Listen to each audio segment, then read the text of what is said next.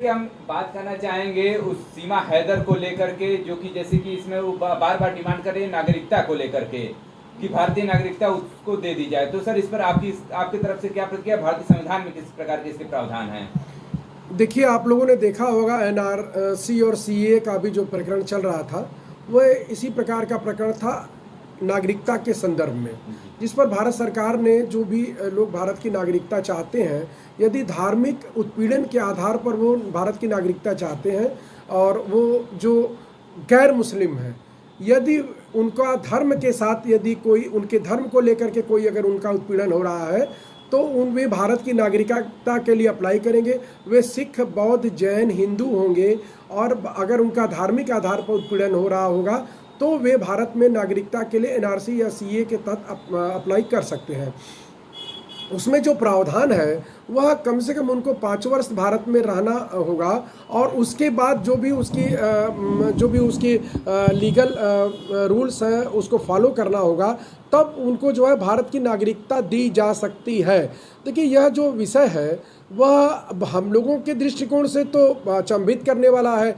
4 बच्चों की माँ अपने पति को छोड़ करके 4 बच्चों को लेकर के पाकिस्तान से अफ़गानिस्तान, अफ़गानिस्तान से नेपाल और नेपाल से फिर भारत चली आती है, तो नैतिक रूप से तो किसी की भी पत्नी के भागने का समर्थन हम लोग नहीं कर सकते हैं। लेकिन चूँकि वह एक इस्लामिक राष्ट्र से आई है, वहाँ पर इस्लाम का शासन है और इस्लामिक राष्ट्र में इस्लाम का एक सिद्धांत है कि कोई भी कार्य अल्लाह की या उनके सर्वोच्च जो भगवान है उनकी मर्जी से होता है। तो हो सकता है कि उसके भारत आने में कोई ईश्वर की मर्जी रही हो भारत में आकर के भारत में शादी करने से, तो वह मैं नहीं कह सकता हूँ। परंतु यदि वह आई है और अगर वह यह साबित करने में सफल होगी कि उसके साथ नागरिकता को लेकर के या धर्म को लेकर के कोई उत्पीड़न उसका हो रहा था, तो भारत सरकार का गृह मंत्रालय उसकी नागरिकता पर विचार कर सकता है। परंतु प्रेम करते हुए अपनी पति को छोड़कर 4 बच्चों को लेकर के आ जाना और उस पर उस कारण से कि आप प्रेम करती हैं आपको भारत की नागरिकता दे दी जाए। देखिए, जम्मू कश्मीर में आर्टिकल 35 पे इसीलिए हटाया गया कि उसमें एक प्रावधान था कि भारत के बाहर मतलब पाकिस्तान का भी कोई व्यक्ति या महिला या पुरुष यदि पाकिस्तान के कश्मीर के किसी भी स्त्री या पुरुष से शादी करती है तो उसको कश्मीर की और भारत की नागरिकता मिल जाती थी। तो यह एक सॉफ्ट रास्ता था भारत की नागरिकता लेने का कश्मीर के माध्यम से। तो चूंकि आर्टिकल 35 समाप्त हो चुका है, अब यह प्रावधान हमारे यहाँ नहीं है, कॉन्स्टिट्यूशनली इसको ख़त्म कर दिया गया है। तो यूसीसी के तो अगर वो अप्लाई करती हैं, गृह मंत्रालय उस पर विचार करेगा। जो उसकी सामान्य प्रक्रिया है उसके तहत अगर गृह मंत्रालय उनको एलिजिबल पाता है तो उनको वो मिलना चाहिए, उनको नागरिकता मिल सकती है। वो सर कह रहे हैं कि जैसे वो जासूस है, क्योंकि पबजी 2020 में वो पबजी खेल रहे थे और कह रहे थे कि ये लोग यहाँ पे जब आए हैं तो ये सवाल उठ रहा है कि ये जासूस हैं। जी, देखिए, अब यह तो सरकार हमसे और आपसे और हमारे सारे दर्शकों से बहुत ज़्यादा जानती है। तो कोई भी जासूसी करने अपने 4 बच्चों को लेकर नहीं आएगा। तो सरकार ने पहले उसको गिरफ्तार किया, फिर उसके बाद उसको कुछ दिनों जेल में रखा, फिर उसकी बेल होती है और उस बेल के बाद वो अभी जो उसके अभी तत्कालीन जो उसके बॉयफ्रेंड हैं वो मीणा, तो उनके साथ वो है। तो मुझे लगता है कि सरकार ने इसकी प्रॉपर जांच की होगी।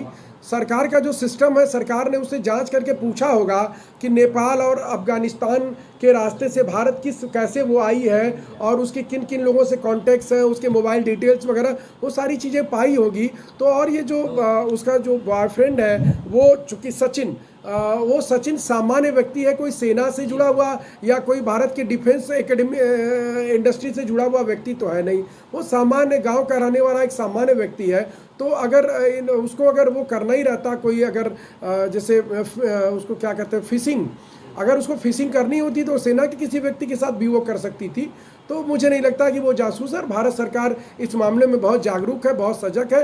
कोई जासूस मुझे नहीं लगता कि इस तरह से भारत में जासूसी तो करके आने की हिम्मत जुटा पाएगा। इस तरीके अगर सभी लोग करते रहे, नेपाल के रास्ते अफगानिस्तान से भारत में चले आए, तो ये कहीं ना कहीं बिल्कुल ये भारत देखिए ये और महत्वपूर्ण विषय है। ये बिल्कुल देश की सुरक्षा पर प्रश्न है और जिस माध्यम से वो आई है उस माध्यम की भारत सरकार को जाँच करनी चाहिए और उस माध्यम से कितने लोग अभी तक आ चुके इस विषय की जाँच करनी चाहिए। चाहिए। और जो भी वहाँ पर बैठे हुए, चाहे सेना के अधिकारी हो, चाहे रैपिड एक्शन फोर्स के अधिकारी हो, चाहे बीएसएफ के अधिकारी हो, अगर उनके संज्ञान में ये सारी चीज़ें हैं, क्योंकि कई बार हम लोग सुनते हैं कि बांग्लादेश के रास्ते लोग आ जाते हैं, नेपाल के रास्ते लोग आ जा रहे हैं। भारत में 150 करोड़ की आबादी हो चुकी है। भारत अब एक भी शरणार्थी को बर्दाश्त करने की स्थिति में नहीं है, और किसी एक व्यक्ति के प्रेम से भारत की सार्वभौमिकता को चैलेंज नहीं किया जा सकता है। अगर उनको कोई किसी प्रकार का प्रेम था तो उनको भारत के लिए वीज़ा के लिए, पासपोर्ट के लिए अप्लाई करना चाहिए था और प्रॉपर तरीके से आना चाहिए था। मुझे जी,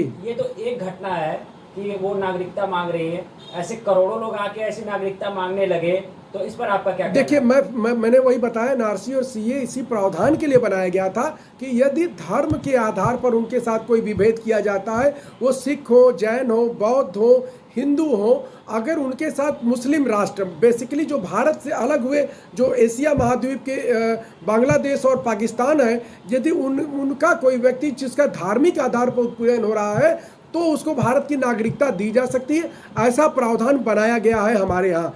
परंतु इस मामले में अभी तक प्रेम का तो एक व्यू आ रहा है कि वो सीमा हैदर का प्रेम है उसके साथ, सचिन के साथ, परंतु यहाँ कोई अभी तक ऐसा कोई व्यू नहीं आया कि उसके साथ कोई धार्मिक उत्पीड़न का भी विषय है। और चूंकि सीमा हैदर वहाँ मुसलमान है, भाई सीमा सामान्य नाम है, हिंदू मुसलमान भी रख सकते होंगे पाकिस्तान में, इसलिए धार्मिक उत्पीड़न का कोई एंगल मुझे दिखाई नहीं देता है। और भारत की सार्वभौमिकता को किसी भी स्थिति पर, किसी दो व्यक्तियों के इंटरेस्ट पर, वहाँ पर भारत में उनकी नागरिकता उसको दे दिया जाना यह उचित भी नहीं होगा।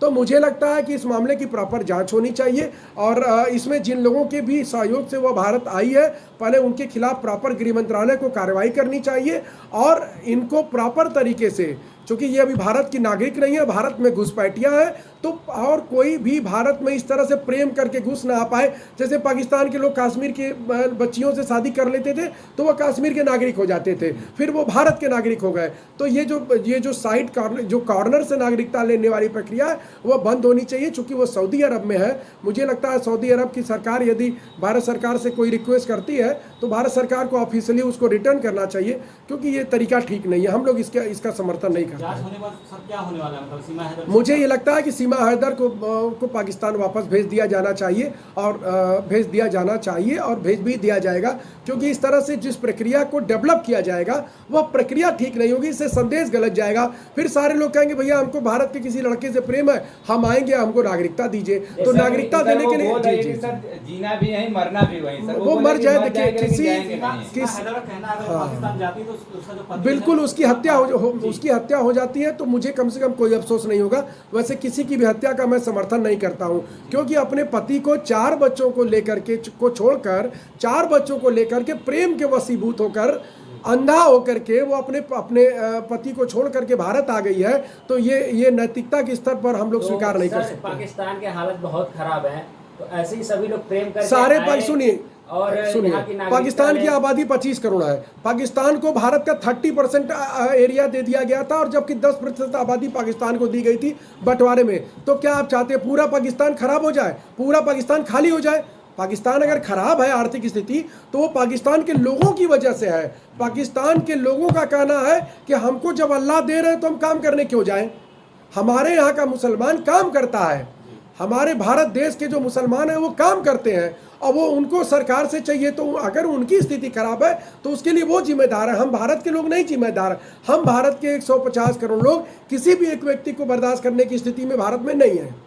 तो सीधा जवाब ये है कि वहां से चाहे 1 लोग आए, चाहे 1 करोड़ लोग आए, उनको नागरिकता और जो लोग आए हैं, हमारे गृह मंत्रालय ने संसद में कहा है कि भारत कोई धर्मशाला नहीं है, भारत के हर घुसपैठिए को जाना होगा। हमारे प्रधानमंत्री ने संसद में बयान दिया है एनआरसी और सीए पर चर्चा के दरमियान, तो हर घुसपैठियों को जाना होगा, चाहे वो प्रेम के वशीभूत होकर आए या पाकिस्तान की इकोनॉमी की खराबी के कारण आए। आप पाकिस्तान से भारत आ रहे हैं, कह रहे हैं वहाँ की स्थिति खराब है।